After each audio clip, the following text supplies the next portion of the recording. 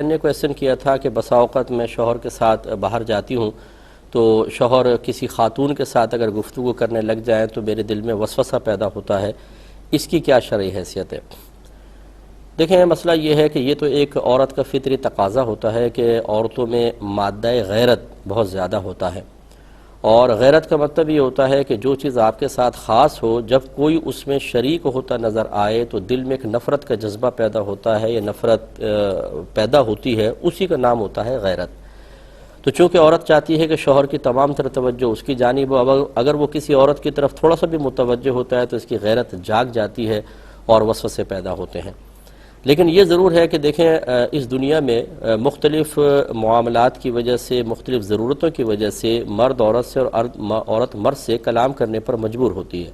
خود جن بہن نے کویسچن کیا ہے کہ آپ کو بھی بہت سارے نامحرم سے گفتگو کرنے کا شاید موقع ملتا ہو یا ضرورت پیش آتی ہو، اس میں ڈاکٹر بھی شامل ہے، اس میں سبزی والا ہے، دودھ والا ہے،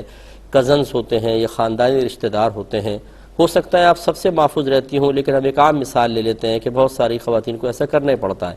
تو اسی لیے اگر ہر چیز کے اوپر غیرت کا مسئلہ بنا کر اور وساوس کا شکار ہوا جائے تو ایک تو یہ جو ٹرسٹ ہوتا ہے میاں کا بیوی پر، بیوی کا میاں پر، جس سے پورا گھر چلتا ہے، اعتماد سے چلتا ہے، وہ پھر ٹرسٹ متزلزل ہو جاتا ہے، اور پھر عورتیں، میں نے اکثر یہ دیکھا ہے کہ برداشت نہیں کر پاتی، بلکہ یعنی ضبط نہیں کر پاتی، بلکہ اس کو ظاہر کر دیتی ہیں۔ کیوں بات کر رہے تھے فلاں عورت سے؟ اب وہ شوہر لاکھ قسمیں کھائے کہ بھئی میرا کوئی ایسا مسئلہ نہیں تھا، وہ تو فلاں بات تھی، نہیں ایسا۔ تو پھر اس میں آہستہ آہستہ شوہر فیڈ اپ ہونا شروع ہوتا ہے۔ اگر وہ واقعی مطلب کوئی غلط حرکت نہیں کر رہا تو پھر اس سے اختلاف پیدا ہوتا ہے اور گھر خراب ہو جاتے ہیں۔ اس لیے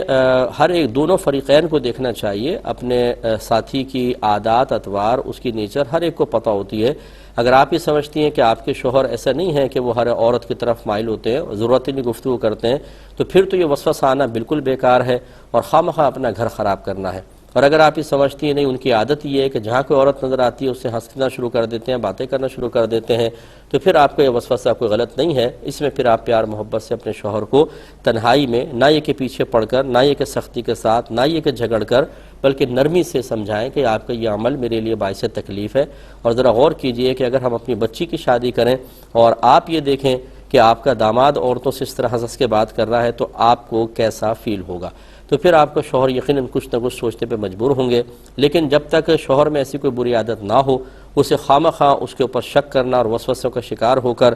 ہر عورت سے جائز بات کرتے ہوئے دیکھ کر بھی اس کو ناجائز سمجھنا اور نیگیٹو ان کے بارے میں خیالات ذہن میں لانا، یہ خود آپ کے لیے نقصان کا باعث ہے۔ اور شوہر حضرات سے بھی گزارش ہے کہ اگر کوئی شوہر یہ سمجھتا ہے کہ اس کی بیوی کا ذہن تھوڑا سا ایسا ہی ہے کہ وہ زیادہ شک و شبہ کر لیتی ہے، تو ان کو احتیاط کرنی چاہیے کہ اس طریقے سے اعلانیہ طور پہ گفتگو کرنا یا ہنس کے گفتگو کرنا یہ نہ کریں، تاکہ آپ کا گھر خراب نہ ہو۔